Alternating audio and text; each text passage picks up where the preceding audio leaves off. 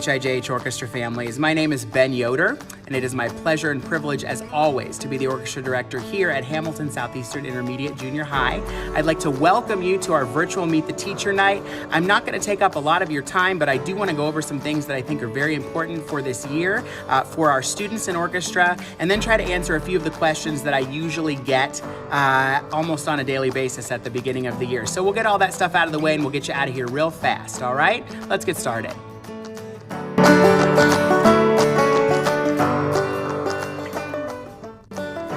We do have several concert dates already on the calendar, and I'd like to preface what I'm about to say by telling you that we need you to keep these dates on your family calendar, all right?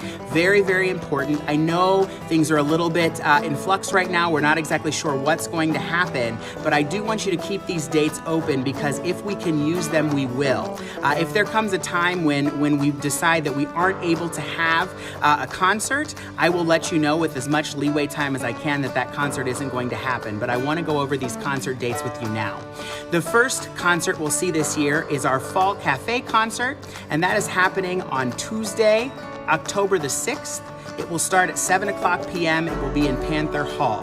This is always a favorite concert because we get to hear some great music, but we also have some wonderful desserts that are provided by our orchestra families. And so please keep that Tuesday, October 6th date open, and we will see you hopefully for our Fall Cafe concert. Our Winter Orchestra concert will take place on Thursday, December the 3rd, again at 7 o'clock p.m., again in the HIJH Panther Hall. And that will be a very exciting concert full of great music as well. So again, winter concert on Thursday, December 3rd, 7 o'clock p.m. in Panther Hall. Our ISMA organizational preview concert will take place in 2021 on Tuesday, March the 9th. That will begin again at 7 o'clock p.m.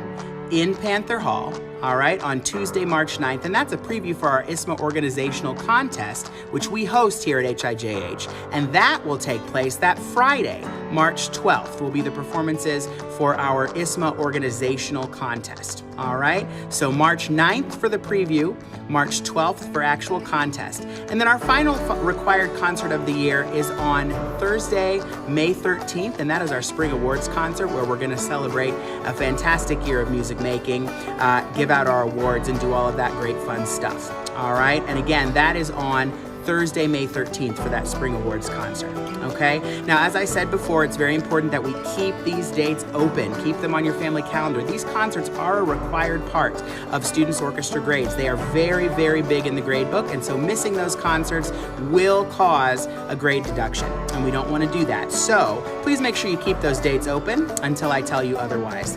I want to say too that if for whatever reason we find that we're not able to have these concerts, we will be providing other virtual concert opportunities for your students because we want to make sure that we are performing. That's a part of this class, and so more information will come on that. If you have any questions about the concerts or the dates, please feel free to reach out to me via email.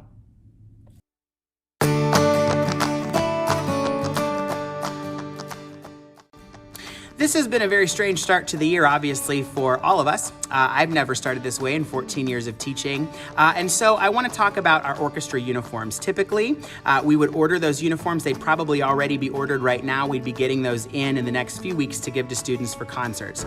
This year, I've made the decision we are not going to order orchestra uniforms. Things are just too uncertain at this point, so we are not going to order them. If we do have concerts where we're playing in person together, what I will do is ask for all students to wear black on the bottom and white on the top. That'll just be very simple for this year, but that's what we'll do if we do end up having in-person concerts, which of course we hope we do. But black on the bottom, white on the top, we'll get more information to you on that. But again, we won't be ordering orchestra uniforms this year. When students do return to the building, we will do a spirit wear sale for orchestra and for the music department in general. So there will be the opportunity to buy t-shirts, sweatshirts, hoodies, jackets, other fun stuff that have the logos on them. So we will give those opportunities to kids once we get back into the school building. All right?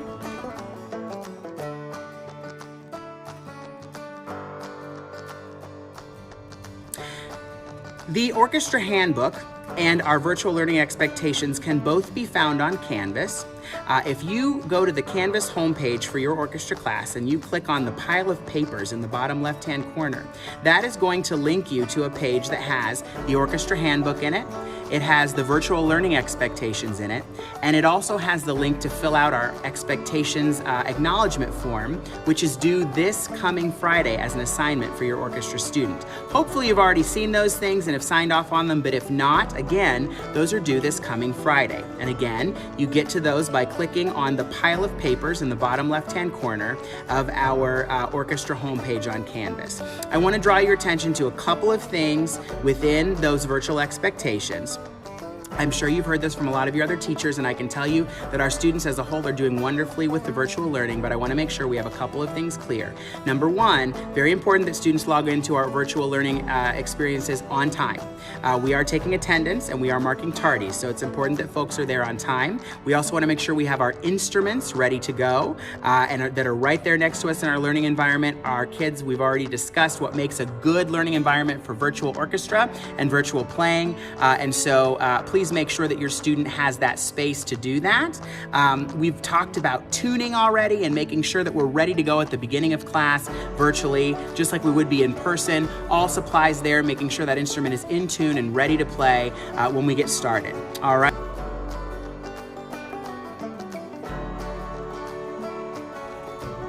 All right, and wrapping things up today, just a couple of comments. First of all, we do have a student teacher this first semester from Indiana University. His name is Isaiah Butler. He is already doing a fantastic job with our orchestra students and is really committed, just as I am, to making sure that our students have a fantastic orchestra experience, whether it's virtual or in person. So if you see Mr. Butler either virtually or in person, please make sure to say hello to him. He's doing a great job and we're glad he is here. A couple of other things to address. I've had several parents email and ask how in the world we're going to do orchestra virtually. Well, the answer is we're going to do it. We are playing and we are working through our curriculum, albeit differently, but we are doing that. It's important to make sure you continue to encourage your student, encourage them to continue to practice and play and better themselves. This I see as a great opportunity for students to get a little bit more individual attention and to have some time to really work on perfecting and honing their skills. And so that's kind of the spin we've put on this, and that is the track we are on, so that when we do all come back together, we have honed our skills, we have become better musicians and better players, and that's going to translate into a better orchestra experience in person for everyone. Folks, again, I say to you, it is a pleasure and a privilege to be the orchestra director here at HIJH, and even though this is a very weird start to the year, I am still confident and excited that it is going to be a great year.